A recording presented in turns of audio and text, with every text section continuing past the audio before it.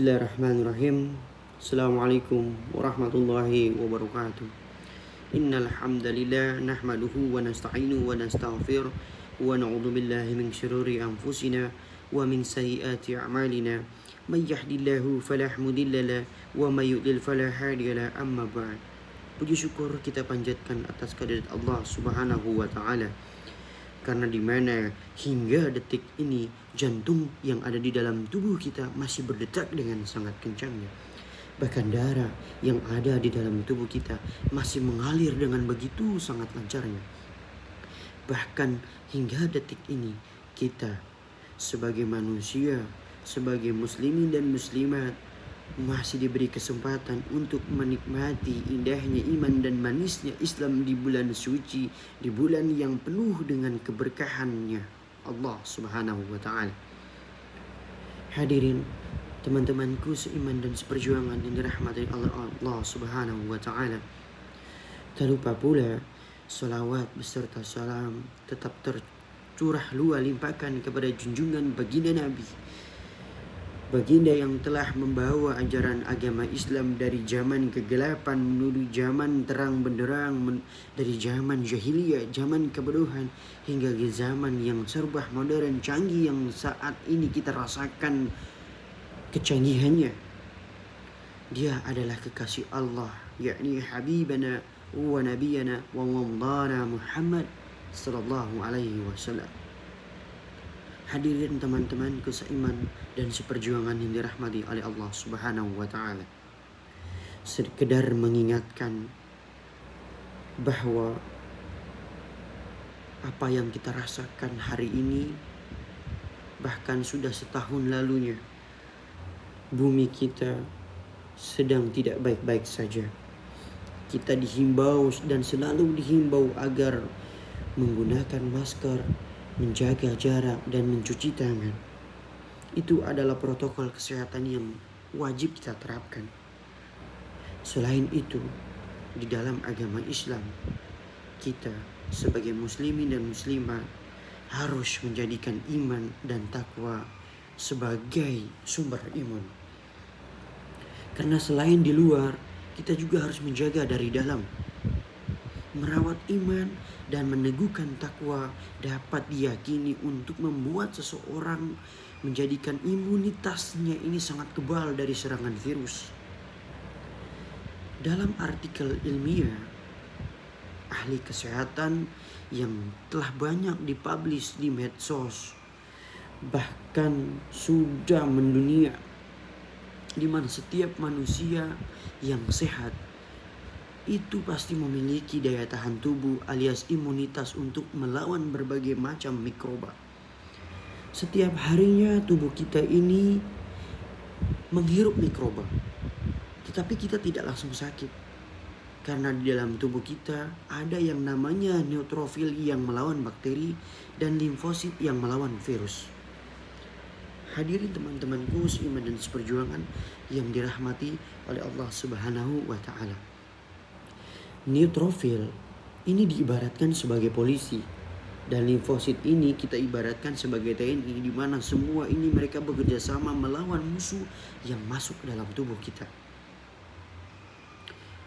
Dalam artikel yang pernah saya baca pada 11 April tahun 2020 menyampaikan bahwa menjaga iman dan imun ini ada 5 cara yang dapat kita terapkan. Dan di mana yang pertama adalah sholat in the time. Apa itu sholat in the time? Sholat in the time artinya sholat tepat waktu. Ketika azan sudah berkumandang di masjid, kita segera menyiapkan diri untuk melakukan sholat. Ingat, fawailul lil musallin, celakalah bagi orang yang sholat. Orang yang sholat saja bisa celaka. Bagaimana mungkin, bagaimana tidak dengan orang yang tidak sama sekali melakukan sholat? Orang seperti apa ini yang celaka dalam sholatnya? Yaitu orang yang alladzina hum an sholatihim sahun, yakni orang yang lalai, orang yang tidak tepat dalam mengerjakan sholatnya. Ketika azan, dia tidak segera melakukan sholat. Ketika azan, dia masih sibuk dengan urusan duniawinya. Maka dari itu, agar kita tidak celaka dalam sholat, haruslah kita untuk sholat in the time. Artinya kita sholat tepat waktu. Yang kedua, tadabbur Al-Quran. Kita membaca, memahami artikel-artikel tentang Islam, membaca ayat Al-Quran, ayat suci Al-Quran. Syahrul Ramadan alladzi unzila fihi Al-Quran hudan linnas wa bayyinatin minal huda wal furqan. Di dalam bulan suci, bulan Ramadan ini, Allah menurunkan sebuah kitab, yakni kitab suci Al-Quran, di mana untuk menjadikan pedoman manusia agar kita bisa membedakan mana yang baik, mana yang buruk. Hudan, petunjuk, agar kita tidak salah arah, agar kita itu bisa tepat pada tujuan kita. Maka kita harus punya maps, kita punya peta. Peta kita apa? Yaitu Al-Quran. Maka kita harus tadabbur Al-Quran, membaca dan memahami arti dari ayat-ayat suci Al-Quran. Yang ketiga adalah zikrullah. Kita berzikir kepada Allah Subhanahu wa ta'ala setiap saatnya. Kita selalu bermuhasabah. Kita harus terus mengingat kekuasaan dan kekuatan oleh Allah Subhanahu wa ta'ala. Dan yang keempat, kita jangan lupa untuk terus berdoa, meminta untuk selalu dijaga iman dan imunnya kepada Allah Subhanahu wa ta'ala. Dan yang kelima, yakni memperbanyak sedekah, mencintai fakir miskin dan anak yatim. Ingat, sebagian harta kita ini seluruhnya bukan milik kita. Ini hanyalah titipan oleh Allah. Sebagaimana kita menjaga titipan ini dengan sebaik-baik mungkin. Hadirin teman-temanku seiman dan seperjuangan yang dirahmati oleh Allah Subhanahu wa ta'ala.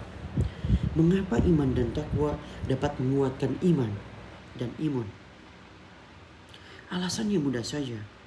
Di mana ketika keyakinan pada takdir menghujam kekuatan, lidahnya basah dengan zikrullah, pikiran fokus pada realitis hidup tidak sepenuhnya dapat dirancang.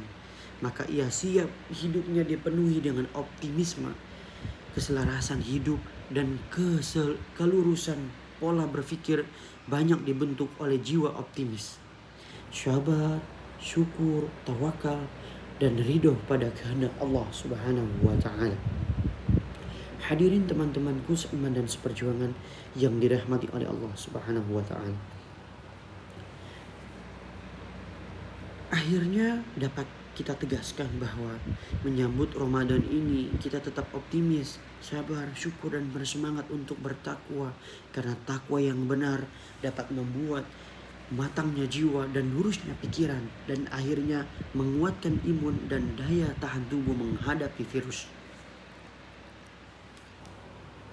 Walaupun kita dianjurkan di rumah saja, tidak menutup kemungkinan kita harus selalu beribadah kepada Allah, sholat tarawih, tadarusan, buka bersama, bahkan pengajian haruslah terus kita laksanakan walaupun hanya di rumah saja.